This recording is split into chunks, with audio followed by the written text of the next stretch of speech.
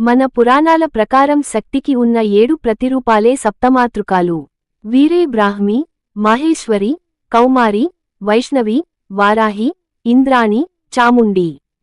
కొన్ని నమ్మకాల ప్రకారం 8వ మాతృగ్గా నారసింహిని, మరికొన్ని సంప్రదాయాలలో 9వ మాతృగ్గా వినాయకిని ఆరాధించడం జరుగుతోంది.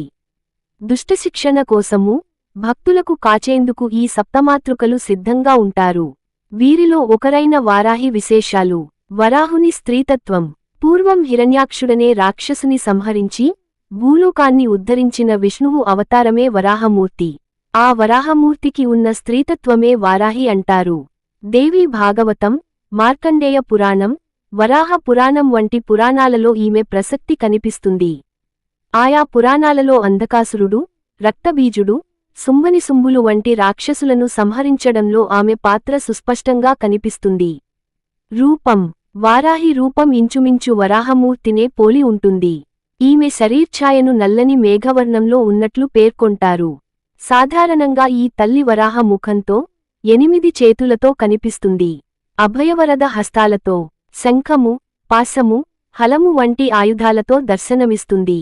గుర్రము, సింహము, పాము, దున్నపోతు వంటి వివిధ వాహనాల మీద ఈ తల్లి సంచరిస్తుంది.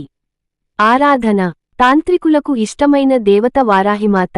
అందుకే ఈమెను రాత్రివేళల్లో పూజించడం కద్దు.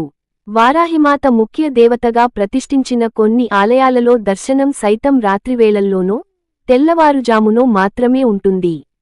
దేశంలోని వివిధ ప్రాంతాలలో ఈమె ఆలయాలు ఉన్నప్పటికీ చౌరాసి, ఒడిశా, వారణాసి, మైలాపూర్లలో ఉన్న ఈమె ఆలయాలకు ప్రాధాన్యత ఎక్కువ. సైన్యాధ్యక్షురాలు. లలితాదేవికి సైన్యాధిపతిగా వారాహిదేవిని వర్ణిస్తారు. అందుకే ఈమె ప్రస్తావన లలితా సహస్రనామంలో కూడా కనిపిస్తుంది. ఆ లలితాదేవి తరఫున పోరాడేందుకే కాదు, భక్తులకు అండగా ఉండేందుకు కూడా ఒక గొప్ప యోధురాలిగా నిలుస్తుంది వారాహి.